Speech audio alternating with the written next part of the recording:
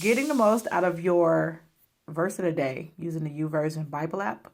So you see it is 46:10 from Psalms. See, striving and know that I am God. I will be exalted among the nations. I will be exalted in the earth. So next you write it out. As you can see, I wrote it really big because I'm going to go back and I'm going to define some of these words. I'm going to write in between or on top of these words some extra information. So I put my scripture into BibleHub.com. One beautiful tool is it parallels the verses so I can see it in other versions.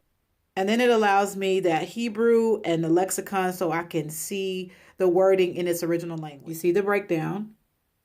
Click on the Strong's definition for cease. Gives you good information, including the definition, sink, relax. Here are some other meanings of that same word throughout scripture. And at the bottom, we find even more. Go back, I add that definition at the top where I wrote my scripture.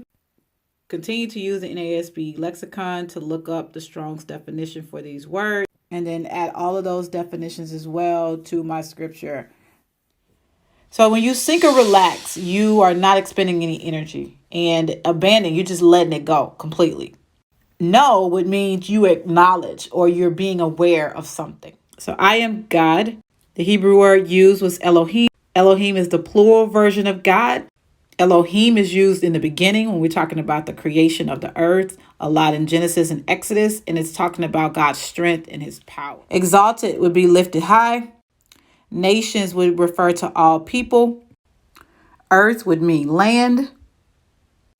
So now we have all our important words defined with the original meaning. Mechanical layout time. So cease striving and know. These are your verbs. This is what you're doing. Implied subject would be you. You cease striving and know. So what do I need to know? That I am God. Here's something else you need to know. I will be exalted. Among the nations is going to be my how. I will be exalted in the earth. That's what's important. We have quotation marks. That means somebody is talking. The speaker is given a command. Cease striving and know. The mystery is over because he identifies himself that I am God. So we're being commanded to stop doing anything and acknowledge and be aware of his strength and his power, who he is. And everybody everywhere is going to know about that strength and power. And if they don't know, they will know because he will. So I want to know why God said that. So I go to Psalms 46. It starts off by talking about how God is our refuge and strength, a very present help in trouble. Here's our verse. And right before it, we can see where God is breaking bows and burning chariots. So that tells me that God is fighting this stuff for the people. Because he fights battles for his people, he's telling us we don't have to do anything. We just need to acknowledge his power. That same power that speaks for him amongst the people and the earth. You're in good hands. Recap, verse of the day. Write it out. Use BibleHub.com to define all of your words and write them out. Break it down further with a mechanical layout.